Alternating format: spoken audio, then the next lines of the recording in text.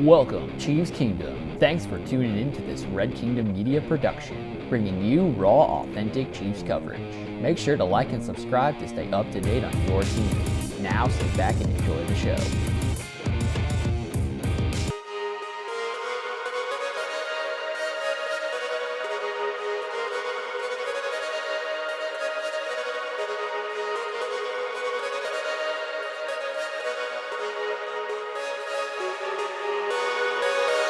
Welcome to another episode of Chiefin. I'm your host, Dale Fowler, along with my partner, Lonnie.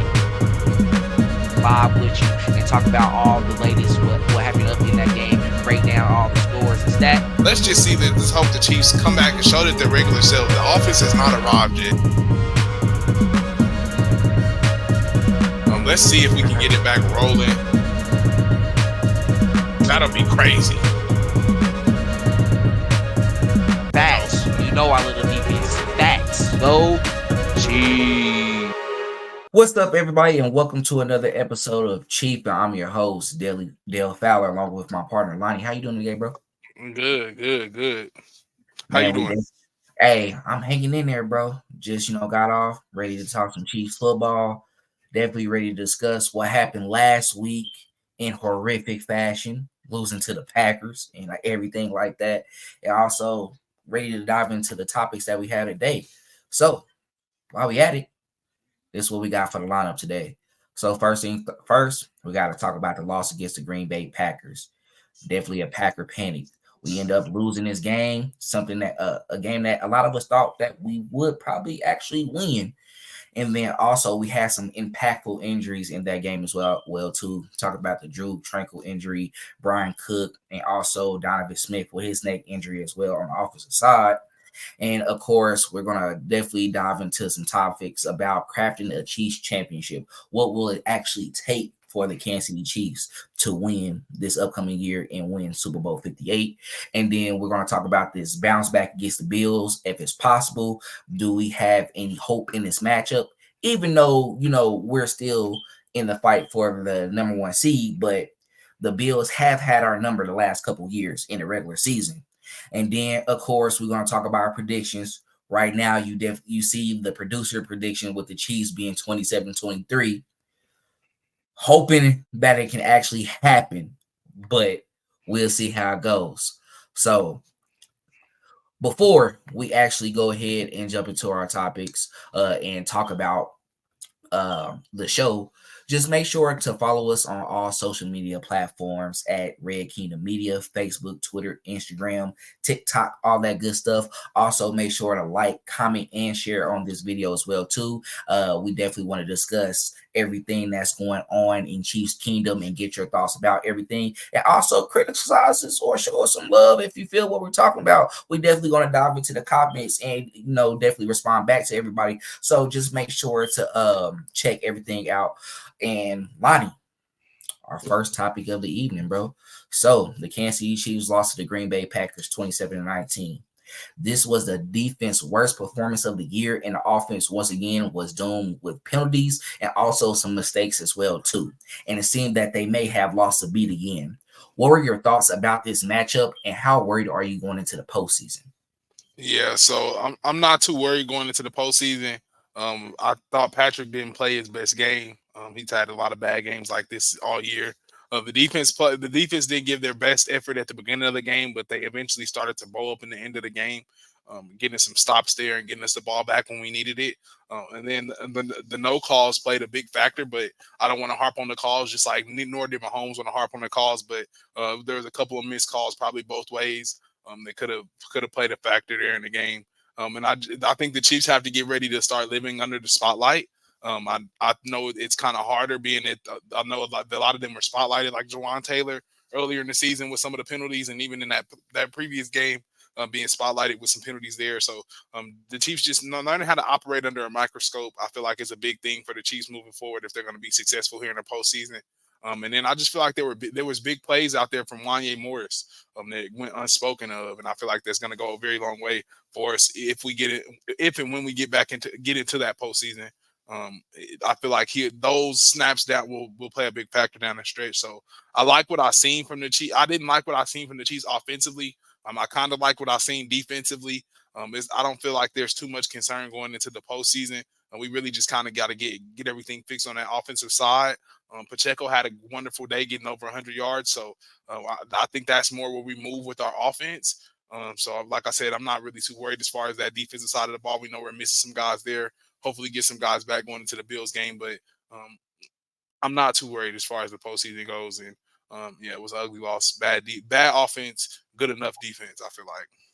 And I'm gonna be honest, I was an advocate, and I am still an advocate for the Chiefs going forward. I think once the postseason come, they will have that experience, because actually in this season, Patrick Mahomes will more than likely on the AFC side be the guy who was the most tenured, has the most Super Bowls, and have the most playoff wins as well too. Combined with the guys who are supposed to be in the playoffs this year, he is out doing all of them. So right now people are getting the best of them in a situation where they're trying to figure out themselves offensively and see what we have with the wide receivers. But I always related back to those days with the Patriots where they always had mediocre or above average guys, and Brady and company did enough to really get themselves into the postseason, and then they let the mastermind of Belichick and Brady be able to overcome those teams who weren't as experienced. And I think Patrick Mahomes and Andy Reid has that on their side when it comes to that. With the Bills game coming up, that's going to be the last team I think that can be a threat to the Chiefs where they can potentially have a loss. But we'll talk about that later on in the show. In that Packers matchup, really, I wasn't as irritated with the offense in the first half, even though the first couple drives we had field goals. The thing is, those field goals still kept us in a game, and we were able to contain them on the defensive side. Then we were able to come out, score before the half, and then we had a chance to actually take the lead as well too in the second half as well. We weren't able to capitalize and score any points. But in those moments, what the Chiefs offense didn't do is turn over the ball until we had a chance to take over. When it was, what was it like? It was 19-24. That's when Patrick Mahomes threw that interception, when we were able to drive downfield and take the lead, potentially score a touchdown, go for 2. That way we're up 3 points. They had that chance. And we talked about it earlier today. I was like, honestly, I wouldn't have been frustrated if he didn't turn over the ball, because think about it. That was first down. So him throwing that ball, even if Sky Moore didn't catch it or he threw it out of bounds, we still had 3 more downs to have a chance to score some points. In those situations, Pat, I want you to think about what's going on, because this is not the same team you had when it was Tyreek Hill and Sammy Watkins, and you had Travis Kelce all together at your disposal to be able to make a mistake. The defense get a big stop, but you're able to drive down the field quickly. 13 seconds like we saw in the playoffs against the Bills, who you're about to play next week, this upcoming Sunday. But I feel like we don't have that threat anymore. So your room for error, it has tightened up. It's shortened.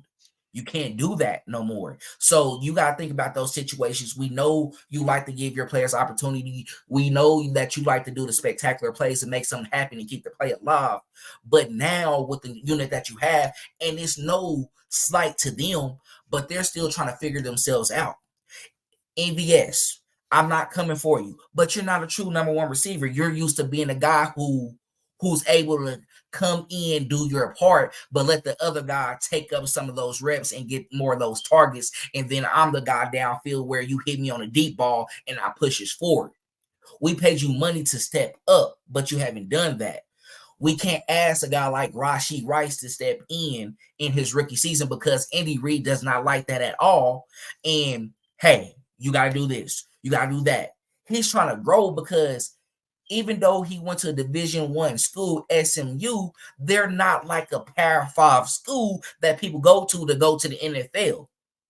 He had 1,400-yard season last year, but the level of competition is not the same. So what he's doing over there is working, and what he's able to do with the ball, that's why he's able to excel. But to ask him to do this against NFL caliber teams, we're trying to build that confidence. And with him being a part of winning organization, we need our vets to step up and guide them. Sky Moore, he has less yardage than Rashee Rice, and he was here last year. Justin Watson, at best, he's a third or fourth option on another team.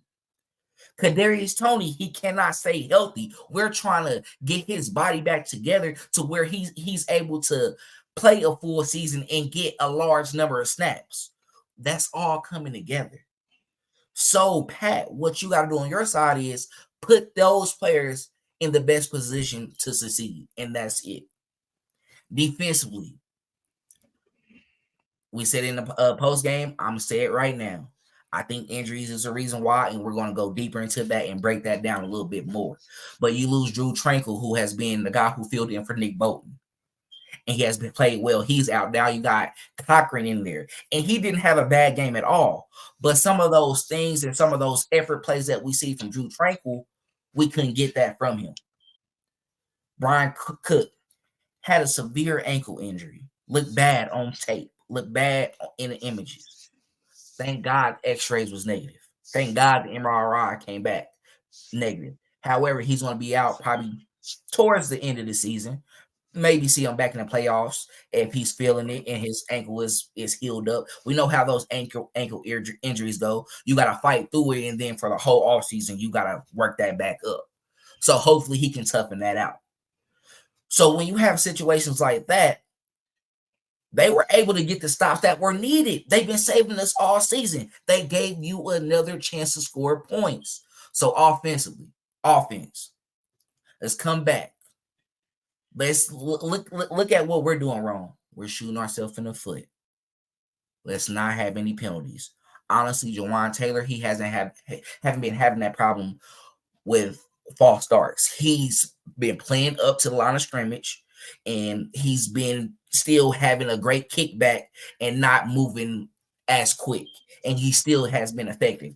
A couple holding calls been there, but people got to understand that offensive line position playing tackle, that's tough. Sometimes you're going to get beat by the best in the game. That it happens. So we got to live with that. Yeah, we got to live with that. So no penalties, Pat.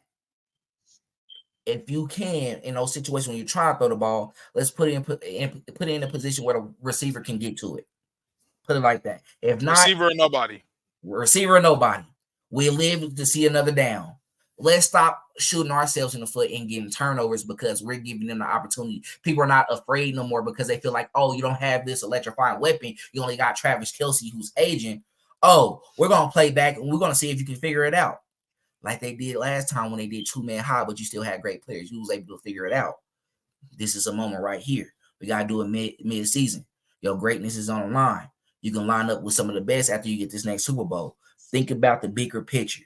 We're 8-4. We're still a 3 seed because the Jaguars lost. The other teams got tougher schedules ahead of them. They're bound to lose one more. And we got the head-to-head against them. Miami, we won.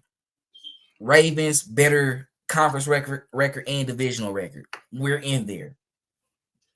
Let's finish this task. Let's finish this story. Let's get past in the regular season and let our experience speak when we get to the postseason. Lonnie, anything you want to add before we move on to our next topic? Yeah, nothing to that. I think you said it. You took the cake with that one.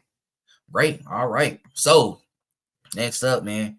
Like I said before, we pushed this back. We didn't want to get deep into it in the first topic, but Drue Tranquill and Bryan Cook were the guys on defense who suffered injuries that took them out for the rest of the game. And then Donovan Smith, dealing with a neck injury, is projected to miss the next game against the Bills. Wanya Morris is actually going to have to step up, and they said he will probably start this game. And you talked about it before that in those snaps that he had, and when he finished out the game, he did well. At first, it started out a little rough, probably got beat on the first one, but after that, he was able to hold his own, and he was good in run blocking as well, too. So he's definitely a factor in that field. So how concerned are you with these injuries? And at least we have good news for Cook and his MRI X-rays coming back negative. Yeah, so you never want to see injuries for anyone. You don't wish injury on anyone, any player. But I feel like it was great news to hear that Bryan Cook's injury wasn't a major injury, being that he got carted off on that cold night in Green Bay. You never want to see that. You never want to see a man go off the field in tears. So seeing that, being that X-ray was negative, I feel like that was a wonderful sign for Bryan Cook whenever he does get back, wishing him a speedy recovery. The Donovan Smith, hopefully he gets some power back in his neck. I know you mentioned that Nate Taylor mentioned that he was just struggling on the field, just having power just in general, with some things down there in Green Bay. So hopefully he can get some power back in that neck, because I know we don't think that you use the neck muscle a lot, but when it comes to straining and blocking and kind of holding your stance there, you're using your neck a lot more than what you think. And then I feel like Drue's injury is super duper unfortunate. You catch a knee from AJ Dillon, one of the biggest, heaviest running backs in the league, a bell cow back. The closest thing you probably get to Jerome Bettis, and now is the new day and age. So it's an unfortunate injury, but I think it makes way to see what we have behind him in Cochran. Cochran is a 2-year player, to see how his skill set and what ability he brings to the table as far as that third linebacker. And see if we can't put guys in the mix here, mix it up when it comes to our linebacker groups. And once we get them all back, being that they have different type of skill sets, maybe this brings us, shows us that we have a Swiss Army knife in that room.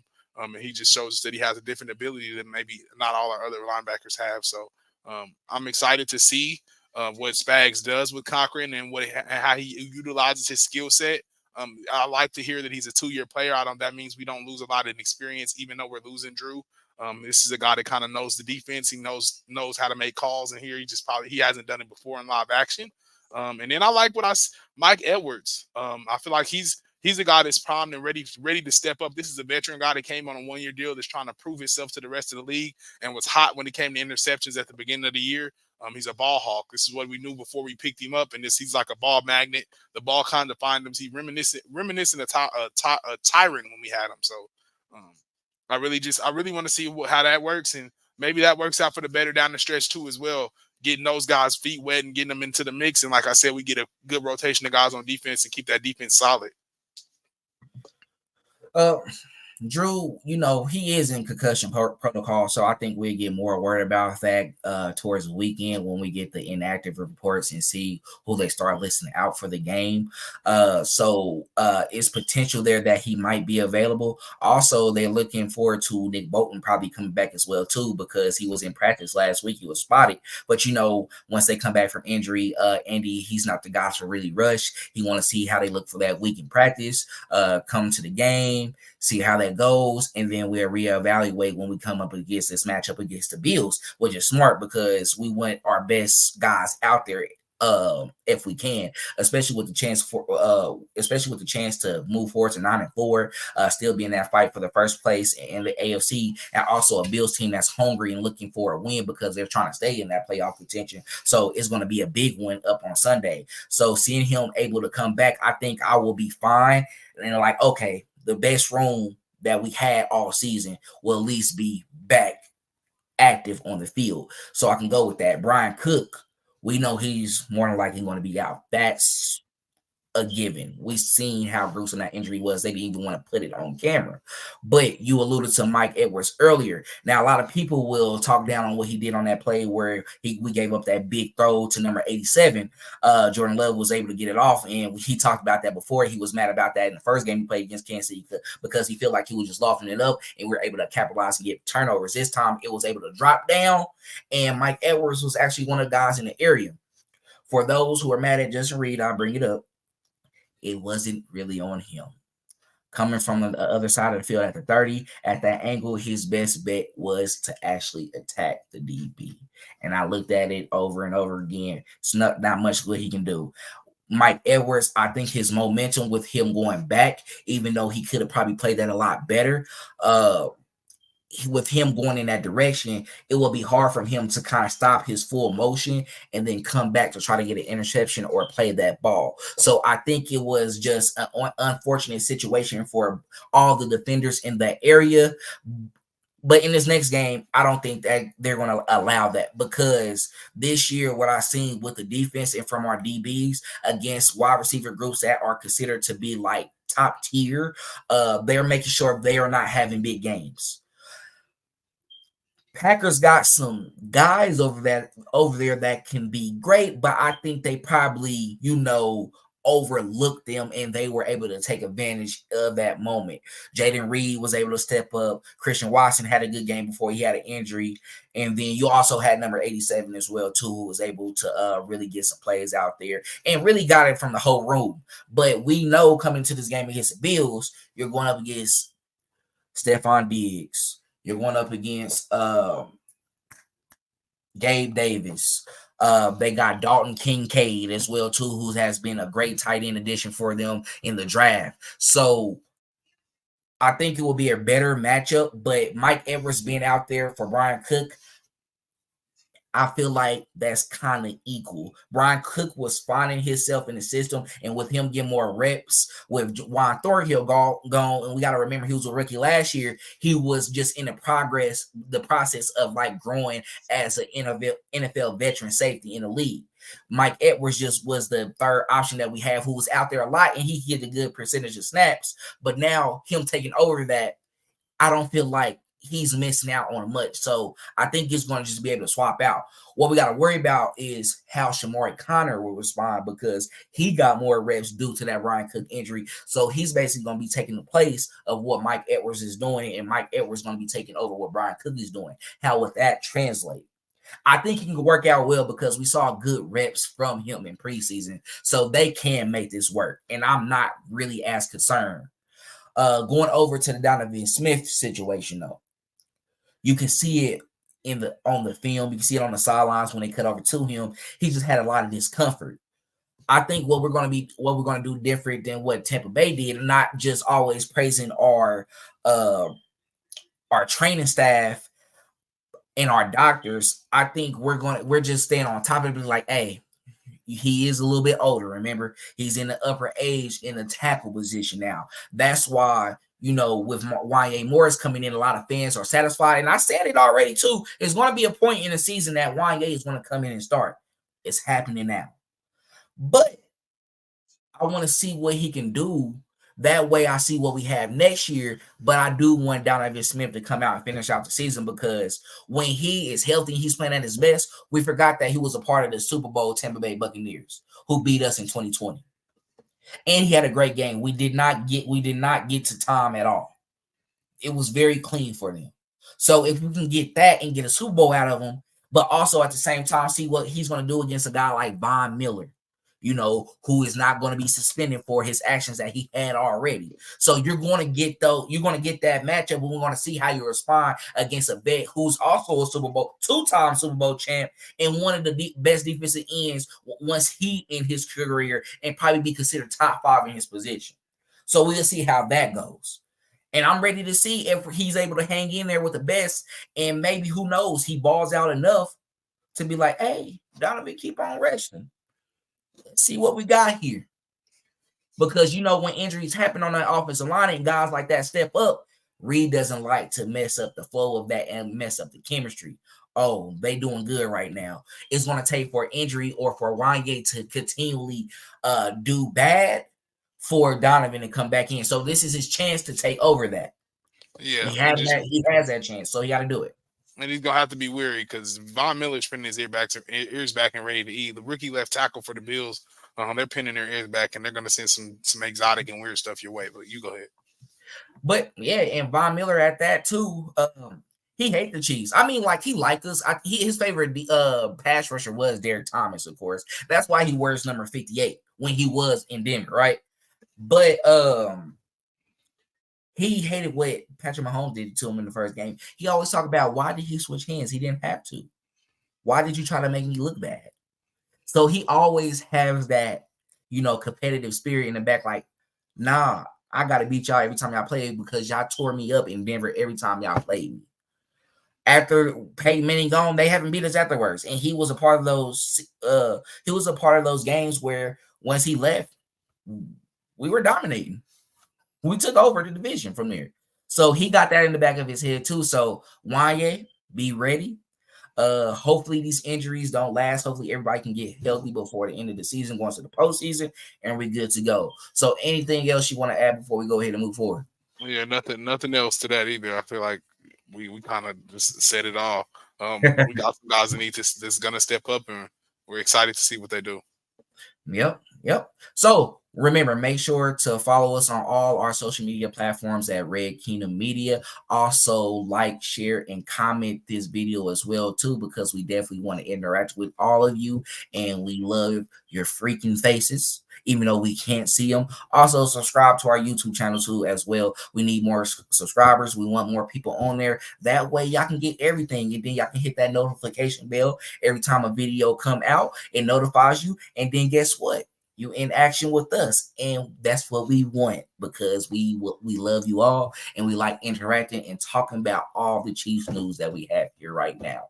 Also, make sure to check out Clinton and Shannon's video, Home of the Chiefs podcast that they just recently recorded as well too, and it's out to all the public. Definitely breaking down that game against the Packers and talking about what they should expect in this upcoming game against the Bills. And then also, I'll be having my video series Extra Point with Daily Dale out this weekend before the game. It's going to come out Saturday night, so make sure to tap into that. It's going to be preparing you for this upcoming matchup against the Buffalo Bills. That's going to be commentated by yours truly, Tony Romo and Jim Nance. Some people love Romo, but some people hate Romo. You know he salivates over Patrick Mahomes and Josh Allen every time it's matchup. Who's going to be Mr. January in his eyes when it comes? You know how he talks. So it's definitely going to be fun. But man, make sure to check out all those videos and check out all those podcasts as well too. We're bringing to you live here at Red Kingdom Media. We always going to be dropping all the good stuff for you as well too. Now, Lonnie, let's go ahead and jump into our next topic, man. So, look, what will it take for this offense to get back on track? Now, you heard my opinion earlier this week saying maybe going after Zach Ertz would not be a bad idea, just because with him being released by the Cardinals, he's a guy who's a vet. He was always a great option when he was in Philly, and also did some good things in Arizona as well too, catching the ball at that tight end position, and just having that along with Travis Kelce, because we were talking about maybe we should go into these heavier sets, try to beef up the line a little bit, try to open up some things in a different way due to the fact that we're not getting that production from the receivers. So what do you think the Kansas City Chiefs can do to really get this offense clicking and ready to go once the postseason comes?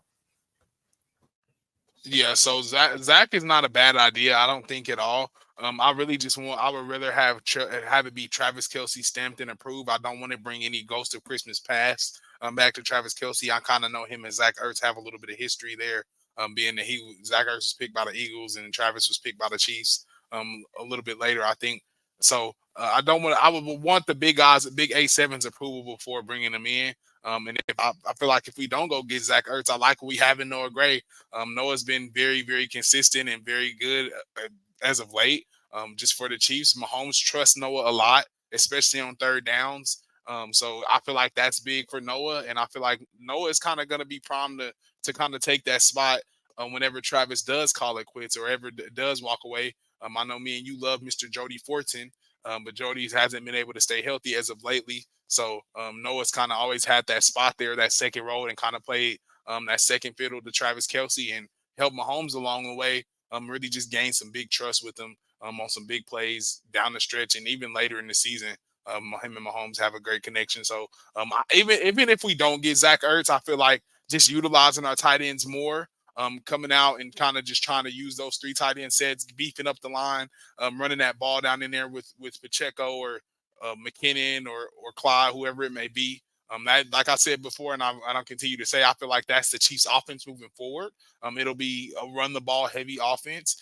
We're not going to be that flash and dash, 100 yards, 100,000 yards a game, passing the ball and scoring in 13 seconds. That is no longer us. We are more the time of possession kings and trying to hold the ball as long as we can and score points in the red zone and keep the other team out the end zone. So I feel like Zach Ertz helps us, but I don't feel like it's a need, and I feel like if they do bring him in, I would want the stamp of 87, just because I know they have a little bit of history there, and I don't want anyone ever looking over their shoulder, especially a future Hall of Famer for the Chiefs. Okay, so first thing first, I will say what will get the Chiefs back on track. Even though I would love to add Zach Ertz, getting them back on track is doing what they did best when they won those games against like the Chargers. When they won, what was that other game we put up 30 points against the Raiders? Just emulate what you did in those games, put it going forward.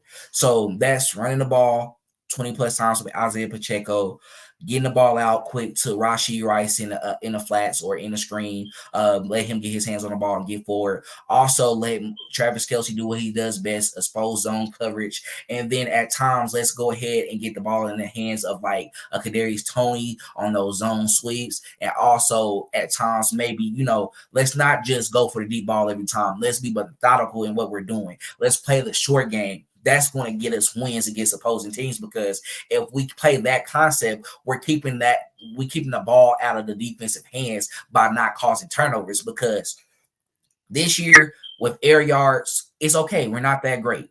We don't have the weapons we can use downfield as much. You have times where Justin Watson can make plays, but you can't ask that from a guy who's a third or fourth option.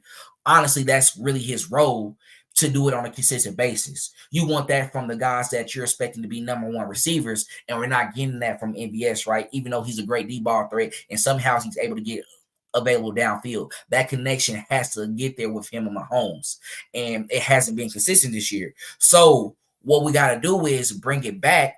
Let's play old-fashioned football, run the ball with Isaiah Pacheco, get Jet McKinnon in there at times, get Clyde in there at times. Let's open up the offense with some screens. Let's do it like that. Let's go downfield, marching downfield, 5 to 6 minute possessions. Let's keep the ball out of the opposing offense hand, because our defense can get stops. They have done it all year. They can get turnovers as well too. So when you're when you turn up the clock along with your defense playing at a high level and getting you the ball back in your hands, you're going to already be playing at an advantage against the opponent. That will be the key to actually go forward. Now, I will say this: Zach Ertz, bringing him in to the Kansas City Chiefs offense, I think we can get what we got in the years when Jody Forson, when he was healthy that year, along with Noah Gray, because we were going into those 3 tight end sets and Pat was still throwing the ball, because you still had an option to where he can somewhat run a receiver route where he goes 10 or 15 yards downfield, either make a cut or is able to open up the rest of the offense as well too, where you can find someone downfield like a Travis Kelce, maybe find Noah Gray on a 5 and in, or you could possibly get a guy like Richie James, Kadarius Toney down the field as well too. Let's bring in a weapon that's going to allow us to be able to expand our offense, and then also have a veteran presence to where we can have guys out there who've been to the Super Bowl before, who won a Super Bowl, and you bring that fire out of the young guys and help guide them to another Super Bowl win this upcoming season. So Zach Ertz, if he was to come, I think he will add to what the Kansas City Chiefs are doing offensively, and then he will actually make us a lot better due to the fact that we have another pass catcher, even though he's an older guy as well too. But still, you still have to be aware of him out on the field, because even if he's someone who's getting 5 to 10 yards a catch, that 5 or 10 yards is getting us closer to the first down, getting us closer to the touchdown. So I'm going to take that any day, and then he's a sure catcher as well too. We don't have to worry about the drops. We don't have to worry about the miscommunication on a route. He can also understand the coverage that's being presented out there as well too. So it can work. It can happen. He probably won't get signed, but a lot of people saying like, what will a guy like that do for you coming in? Well, let's talk about the year that the Kansas City Chiefs went to the Super Bowl and they pick up Terrell Suggs off of waivers. Came in, was able to produce defensively. He got a sack in the postseason. His presence in the Super Bowl as well helped too, and his leadership and being a vet and understanding the situation and understanding how to uplift his young guys as well too, that's needed. Defensively, We don't need it this year, right? Because we got those guys who done it before and they've been playing at a high level. We added him because we needed more juice on the defensive side. We need more juice on the offensive side this year. It's unfortunate that it's happening with Patrick Mahomes. And we're like, he's a future GOAT. And you always think like he's always going to be okay. It's all right that he need help this season. Go grab him. You got somebody who can run block as well too, and he's gonna add value to what you're doing offensively. So I'm not frustrated with it. If you want to do it, bring him in. But that's my argument to those who think getting a guy like Zach Ertz, it's not gonna do much to what we got right now. Oh, it will. We don't know how much of a positive it would be, but it would be positive for sure. What's your final thoughts on that? Like it definitely will be great, but I feel like I was just saying, it was just, if it doesn't happen, which is more likely it won't, I feel like we'll be fine. Because eventually with Noah will be the heir apparent, and have to step up eventually. So there's no better day than today. I feel like for that. So with that, do what you may. And Noah Gray done a lot as well too. You got to think about it. He took on a role of becoming a fullback because the Chiefs didn't want to bring in a fullback this year. So he had to be back there in times when they're in I formation. He had to learn another part of the game. But that's how valuable he has been for the Kansas City Chiefs. Because now I don't think bringing in Zach Ertz is going to take away his reps. But now in opportunities where they want to go out there with a 3 tight end set, because with Jody Fortson out, they had to have somebody like Matt Bushman. But you haven't seen a guy like Matt Bushman out there a lot, right? He hasn't been getting a lot of reps. So they honestly, if anything, at most been having 2 tight ends. And in the years that we had a healthy Fortson, right? And the year before that as well too, where he was kind of finding himself in the offense, they were doing more tight end sets with Noah Gray because they felt like they still had the pass catchers on the field to be able to do a pass play, even though they might have lined up in a heavier package. So you can bring that element of the offense back, and maybe that was missing so far with what we have been doing differently on offense. Think about it. Some that we weren't able to do a lot because he's gone, forcing out. Not a lot of Bushman. So that's 2 tight ends. But last year we had more 3 tight ends with Forcing out there, right? And what we do, go to the playoffs, still go to the Super Bowl. Maybe that is the key. Maybe that's something that Andy Reid is missing in his offense. But we'll figure it out. We'll see if it ever happens. But either way it goes, we're going to have to find a way offensively to be able to be competitive and put up points in the postseason and hopefully get to Super Bowl 58 to win another one. So, all right. Lonnie, bounce back game for the Kansas City Chiefs. They're going up against the Buffalo Bills. They're traveling back home to Arrowhead Sunday at a 3:25 Arrowhead start, 2:25 my time because I'm in New Mexico. So, Lonnie, what can the Chiefs do in this matchup to march back and put themselves back in a position to stay in the race for the number 1 seed? Yeah, so I think in this matchup, the Chiefs have to be dominant. They have to dominate on offense. It can't continue to be that gimmicky offense that we continue to see all year, where we're dinking and dunking and sometimes getting stuff done or driving down to the red zone and kicking field goals. 3 is not good enough in a game like this. You need 7, because the team that you're going up against is going to try and score every time they get the ball. They're one of the best third down offenses in the league, so they're going to be able to convert on some third downs. You're going to have to score more than 20 points here. So I just feel like they need to come out and assert their will on offensively. And I feel like they need to show that they can be competitive and patch up the areas where they're missing and have holes on defense. Like I said, I'm excited to see Mike Edwards and how he comes in and plays. I know he's a ball hawk, and Josh Allen is one that loves to give away the ball to the other team. So I will be mindful of that. Just seeing if Mike Edwards can get his pick party back started and back going, and see if Trent McDuffie can get in there and sneak in and get him one. I know Josh Allen likes to give picks out like Oprah gave out cars and iPod shuffles a while ago. So he's pretty big in turning the ball over. Nevertheless, I just feel like the Chiefs, the biggest thing for me is the Chiefs need to be dominant on offense. Come out and assert your will, whether it be on the run or the pass. Show that you're here to play. Show that you're going to score 7. We're not here to score field goals. If this game needs to go to overtime and we have to score with the best of them, show them that we're able to do that. We're getting late into the season where these games are going to be the real test and show what team you're going to have going into February, in January, going into those playoff months. So you really want to show and let the league know right here that we're here, we have arrived, and we're going to be playing good and at a high enough level to where if this defense comes out and holds you to under 20 points, then we're probably going to win our game and win it going away. So I really want the Chiefs to show out on offense, and assert their dominance and not have too many gimmicks, and patch up the holes that they can on defense. I feel like that's what gets us back into that number one spot and gets us past the Bills. Yep. I actually agree with everything you said. I think in this game against the Bills, we just need to be efficient, be smart, and limit the turnovers. We're going to get our opportunities on defense with Josh Allen. One thing I noticed about the Chiefs, it seems like against teams where you should get those type of plays, they end up not doing what we expect. However, Josh Allen, this has been by far his worst season. He has given up the ball a lot. Still somewhat in a race. They are 6-6. 66. 6-6. However,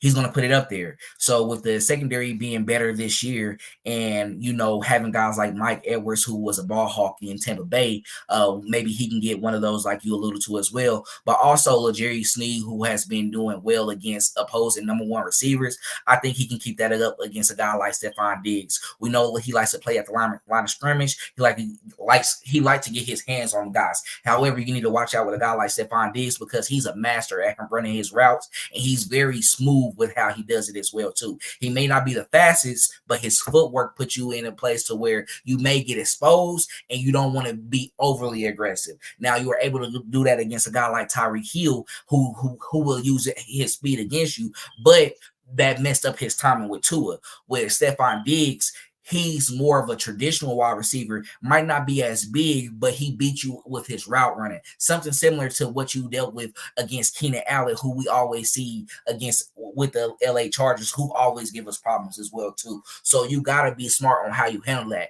Gabe Davis, who obliterated us in that game that we beat him in the divisional round, but he was able to still put up 100 yards and then also had a big touchdown at the end of the game where they possibly could have won. We're going to have to be watching out for that as well too, because he's a great number two wide receiver. I'm not gonna lie, this is a guy who's gonna hit free agency next year, and I think the Chiefs should go after him.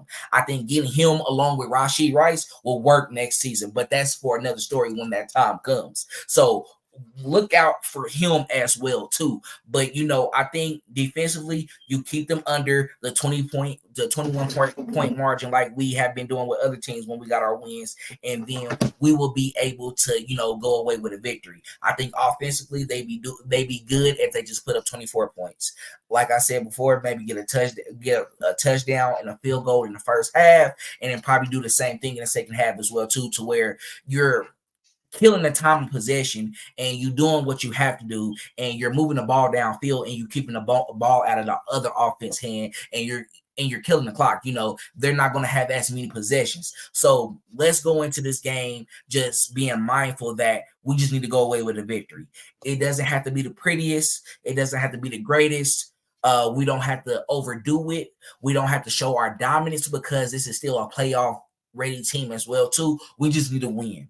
So put some points on the board defensively, get some stops, and we'll be okay. And we can go ahead and move over to 9-4. Now, since we already own it, let's go ahead and jump into our predictions. So our producer prediction for this matchup against the Buffalo Bills, the Kansas City Chiefs, is 27 points, and the Buffalo Bills 23 points. That's from our producer. Now, Lonnie, what is your prediction for this upcoming game in this Sunday showdown against the Bills? Yeah, so I'm going to go 28-21. I know I kind of slighted my defense, but I know we're kind of patching up and fixing some holes there. I feel like this is the defensive game right here.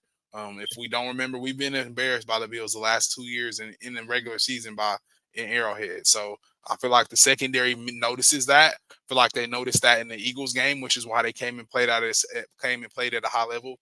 This is a game where Josh Williams and a lot of those guys got their first couple starts and were exposed last year on a couple deep 9 routes, and where Josh Allen was just kind of exposing guys going deep, and Mahomes had a turnover in the red zone. There were just a lot of unfortunate situations in this game where they didn't have us not win it, and especially on defense. So I'm looking forward to the secondary and how they play, especially Joshua Williams, being that he gave up a lot of those big plays. And they tested him out when he was out there on the outside. I'm looking forward to seeing if they develop in the vets and they notice and have a chip on their shoulder going into games. Even though I feel like they showed that against the Eagles, that they do remember, they never forget, and they are professionals and they will have a chip on their shoulder. So I'm just excited to see that play in the secondary and feel like that's the matchup that everybody should be watching for and just looking around. Look how those cornerbacks match up on those wide receivers, because that's going to be a telltale sign of how we're going to play for that day. I'm at 325 moving forward, and if we're going to win. Yeah. Yep. My prediction for the game, 24-21 Chiefs. I think it's going to be in low scoring fashion. I think they at least meet the point threshold of 45 points total in the entire game. I don't think it's going to be as offensive I don't think it's going to be offensive showdown. Even though the Bills put up points in the last matchups that they had, like they went into overtime with the Eagles and everything like that. But I do think that this Chiefs defense is a lot better, and I think they are stingier. And we know coming to this game, we can't allow Josh Allen to do his Josh Allen things. You alluded to it even in our conversations before, that he's a running quarterback and he usually take advantage of our defense. And we saw him jump over guys like L'Jarius Sneed and just, running through our linebackers and cornerbacks as well too. In this matchup, I talked about it before, have a spot, but that spot is going to be a guy who is aggressive, who is great at tackling. And I think you have a guy like Willie Gay out there who can be able to get some of those stops.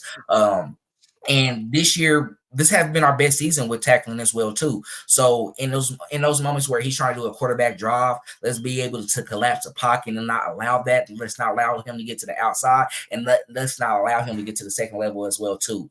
Force him to be a quarterback in the pocket. Let's make sure that we can get pressure throughout the game as well too. And I think this is a matchup that they will have that chance. They didn't have it last week because Jordan Love was getting off the ball a lot quicker, but Josh Allen is someone who plays somewhat like Pat, and he trying to extend the play as long as he can. And how our pressure has been with our secondary on those disguised blitzes, it has been wonderful. And I think you can see that a lot with Trent McDuffie, and maybe you probably see a little bit more with L'Jarius Sneed. I say this because Trent McDuffie is more of a smaller guy, so depending on the situation, if he's able to come to the blind side, that's when they might send him. But if he's going to head up against a guy like Josh Allen, Trent McDuffie ain't scared to hit nobody. But you might want like a bigger body to where the range and the radius of how it's built, he's able to not really expose that individual. So you might see them switch off at that, but we know against the Bills, we like to send pressure. We want to be able to make Josh Allen think quick, try to throw it up, and give our guys a chance to actually bring it down. Offensively, what I talked about earlier, run the ball with Pacheco, not allow their pass rushers to beat our tackles. Don't give them an opportunity to expose Wanye Morris if he actually start. Let's keep it quick ourselves. Let's get the ball out to Rashee Rice a little bit quicker in the screen. That way he can get 7 to 8 plus yards a catch. Let's go ahead and let Travis Kelce do what he does best in the middle of the field. If they're not going to double team him, allow him to expose and help us get that 20, 30-yard gain. Put Isaiah Pacheco, run him in between the tackles because he's an aggressive runner. Every time he run the ball last game, he averaged 6 yards a carry. Let's keep that up, and then everybody else will fall in place. If they're open, throw it to them. Pack, steal. Don't give up the ball. You don't see it, or you still want to give them an opportunity. Receiver or nobody.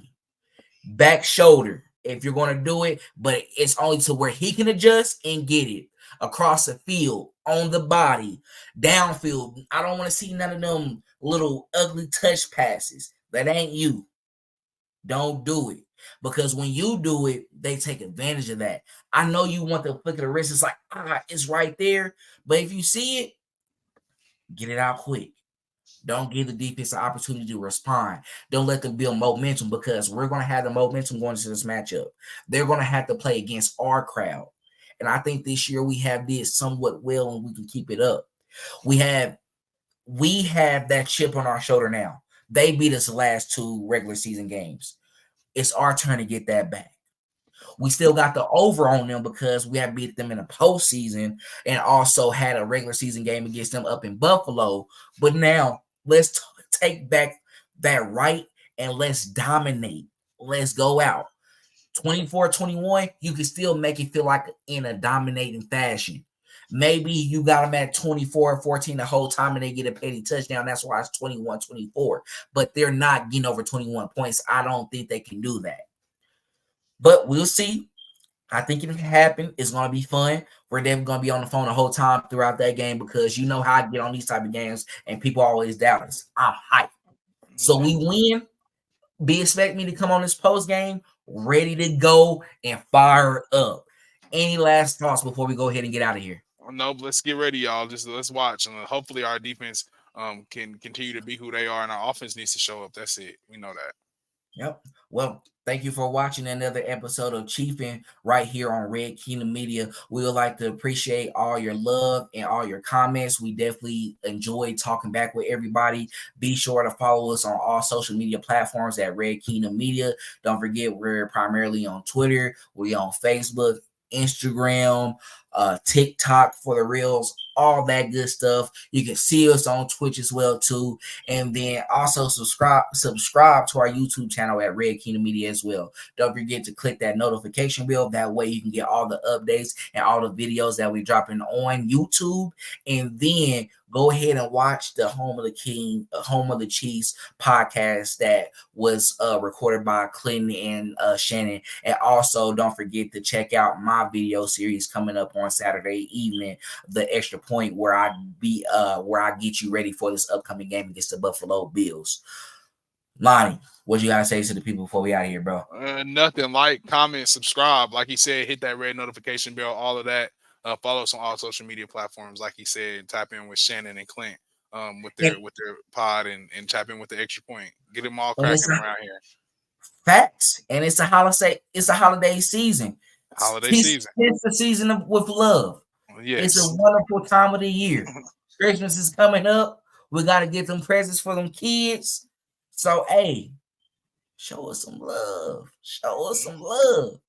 But that's all we have for the episode. Make sure to tap in with us, like, comment, share on this video, and we'll talk to you on the next one. Remember, go Chiefs! Thanks for checking out this update straight from the heart of Chiefs Kingdom. We appreciate your passion, so please leave a like and follow us wherever you tune in from. See you next tailgate, your trusted source for all things Chiefs, Red Kingdom